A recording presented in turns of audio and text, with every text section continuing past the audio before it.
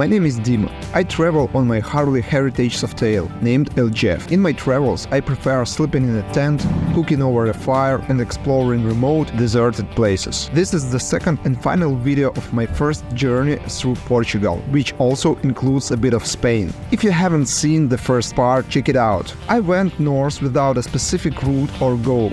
I just pointed to one of the largest reservoirs on the map and headed there.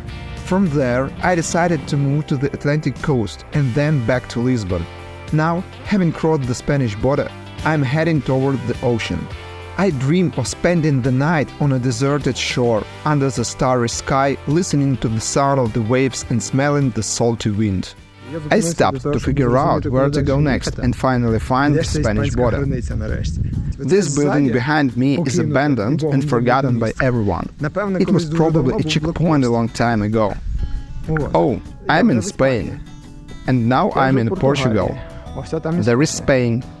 I'm back in Spain. Now back in Portugal. I'll wander around Portugal a bit more. I like it here. Lots of bikers. The road is tough and I'm tired. But I need to keep going because it's getting late and I want to reach the ocean today. No clear plans, which is great. The water is hot. Need to figure out where to go next. Still no signal. Hands didn't get sunburned. Everything's working fine. The weather is hot. There are few cars. And I'm heading toward the city of Cominha, the most distant city on the northwest coast of Portugal, on the border with Spain. There, I'm supposed to meet a friend with whom I will ride the local mountains road the next day.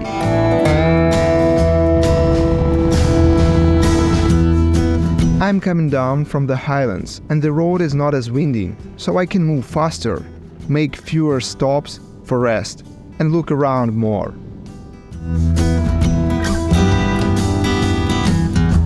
These are the first Harley bikers I've seen on the road in 2 days. Most of them are on supermotos or touring bikes. And I haven't seen anyone on cruisers.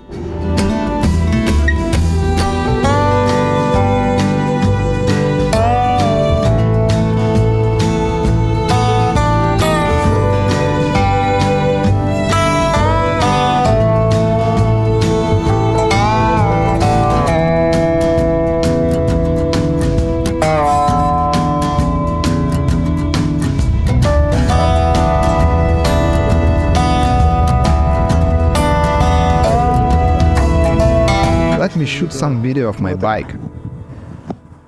Stop to drink some water, move my GoPro Max camera for a different angle, and film my bike. I moved the camera to the lower bar, wrapped it with the blue bandana because the mount broke, and who knows how reliable it is. Let's move on.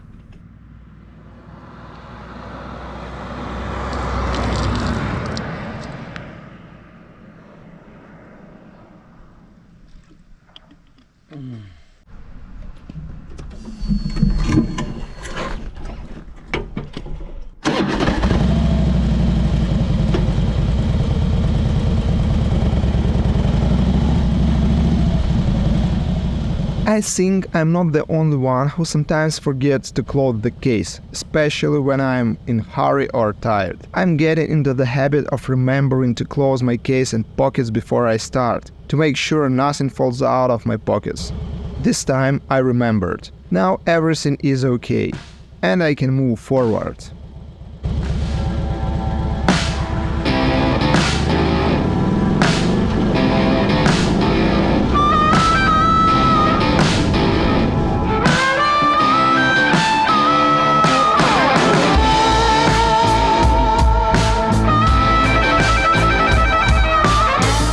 I haven't realized at what point I crossed the border and found myself back in Portugal. It became clear to me from the license plates of the cars and the names of villages and towns.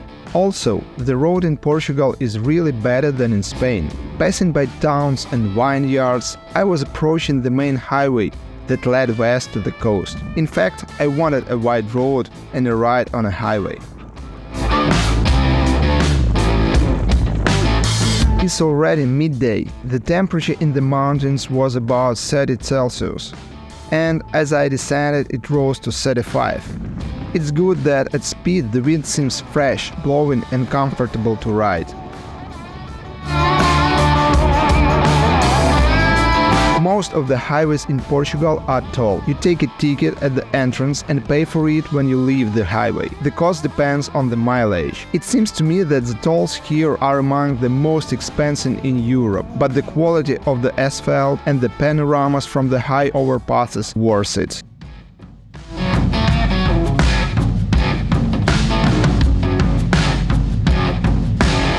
The last 3 kilometers to the meeting point in where the locals gather for a picnic. It is a viewpoint almost on the top of the mountain, a few kilometers from the town of Scenic. There we have a short meeting with a friend, his name is Seva. We planned the next day and I asked him if he knows where I can go to the ocean to spend the night in a tent. Seva told me about a possible camping spot and I went there.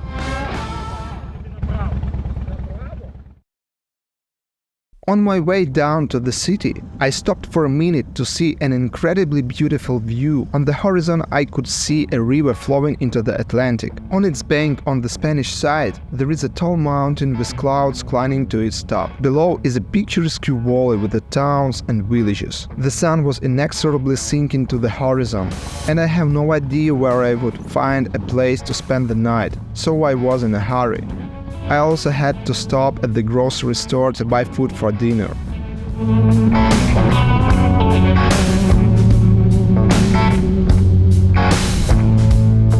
I had to stop because the navigator is frozen again, and I have to visually memorize the way down to the city from the map. By the way, you can hear the cracking in the background of birds singing. It's the exhaust system cooling down. I was once asked what was wrong with the bike. During this trip, I will improve my skills in navigating the terrain without a navigator. I hope that the signal in the city will be better, and I will find the store without any problems. I really don't want to wander the streets among the cars.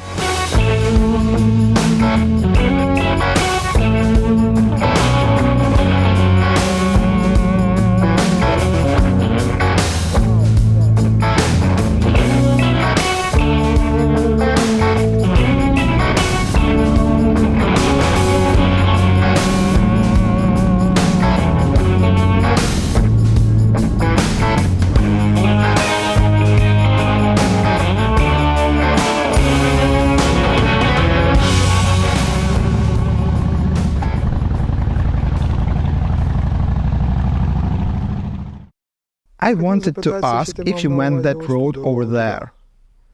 I reached the ocean in the town of Scenic. And now I'm looking for a place to set up my tent. There is a campsite, but it's crowded with people, kids yelling, campers drinking beer and so on. There is a path past the campsite. It doesn't seem like it's for motorcycles, more like it's not for motorcycles. But I can get there. The question is, will there be a place to stop further down? There's the ocean. Definitely the road is approved. No other options. I'm going to risk it. Okay, heading this way, and there is what you could call an entrance. Gotta try it.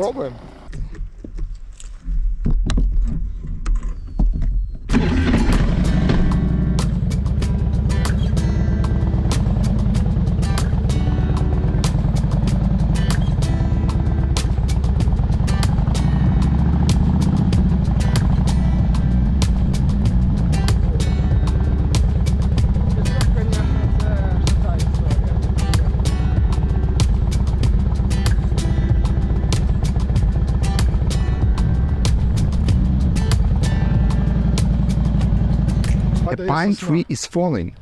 I heard a crack.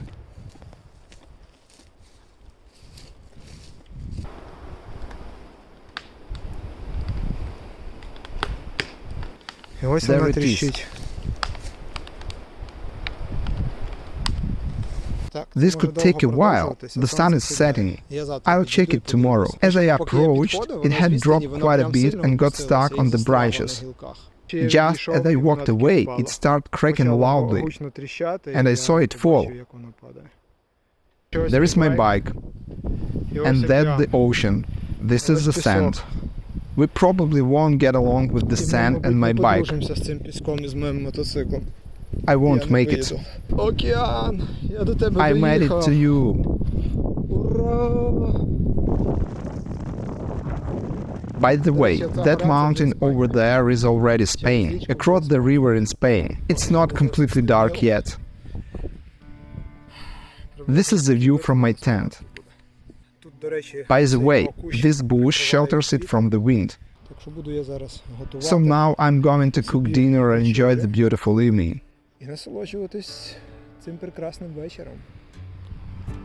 Venus, you can see it in the video. Wait, yes, you can see. There's that bright dot in the center. The light from the jump starter for the bike to start it in some unpleasant situations. And a Chinese flashlight for a few euros. It's flexible, you turn it on and it lights up. And you can adjust the brightness too. Sitting here, drinking tea and munching on thin chocolate biscuits. There's the ocean, the city over there, and the forest here. The wind is warm. I'm sitting here getting hot. Time to make something of.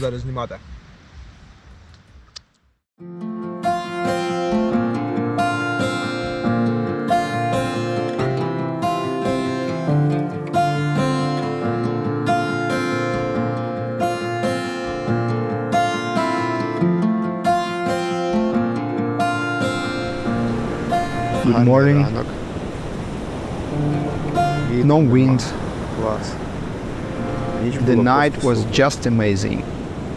No people around. Here is my tent. One of the pegs got pulled out. What a wonderful morning. Waves. The ocean sounded so nice all night. I slept so well. Amazing. The ocean shore. And there is the river. This is the north of Portugal. I got pretty soaked while washing my kitchen gear.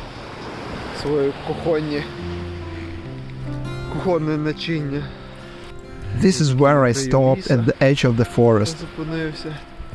The forest is steaming. I washed, if you can call it that. Everything's sandy. My feet are sandy, pants are wet up to the knees. This is the ocean, not a lake. The sky is clear. It's warm outside. Everything is completely soaked. Very high humidity. Morning dew didn't let anything dry out. I thought that some of my stuff would dry out. No, they didn't. The biggest challenge is the sand everywhere. Everything's sandy and wet, and it doesn't go away, but it's so beautiful. And the best part, no people at all. I'm alone on the beach, not a single person around. And there is the fort. People came by boat this morning. That's the closest I saw anyone. Time to pick up.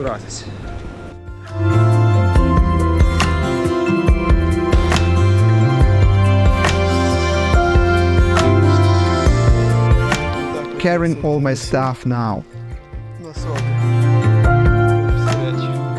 No place for trash. Had to use the helmet cover. It's dirty, full of trash. And here is the bike. Spend the night here. Beautiful. Well, LJF, let's go. And I started my ride, but not far.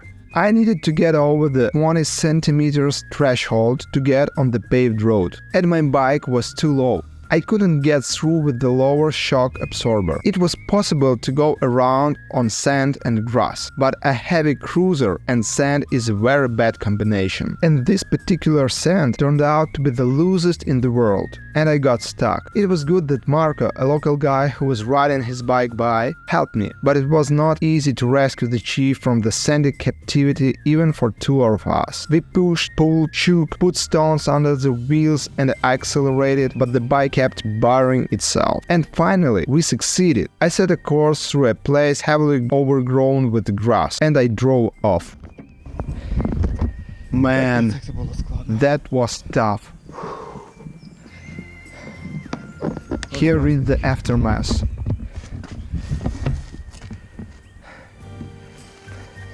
Scratched and more. The back bar and this thing below the footrest. The task was to get out of here. Head-on approach didn't work. Had to go there, but got stuck and hit this darn pole. There is another one, and another one, and to push the bike out of the sand, give it a bit of gas, and it digs it in immediately. And it was really hard to push it out. But, thanks to a Portuguese friend, we managed well.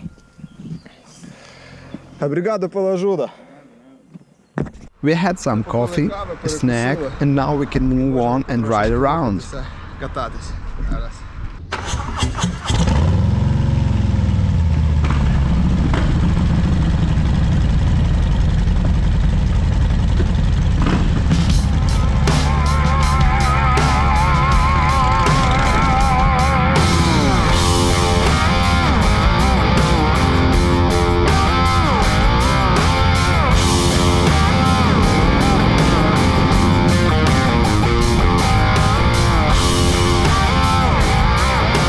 The plan is to leave the highway behind and ride along picturesque routes, serpentines and passes to a remote village on the riverbank in a valley among the mountains, where we rest, and then I head towards Lisbon.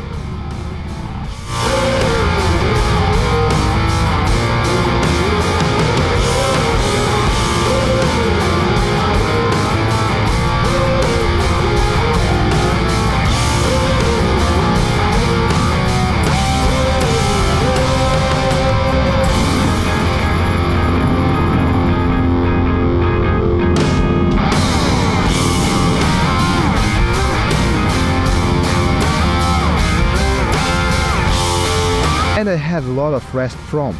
It's not easy to ride a serpentines with a loaded motorcycle under the sun, and there are still hundreds of kilometers ahead. And I can tell you, it was cool. A first-class road among the mountains, without vehicles and people, turns and serpentines, incredible views, bottomless sky above, rocks, valleys. Wow! The area is incredibly beautiful. The aromas of herbs and pines needlessly reminded me of the Ukrainian Crimea.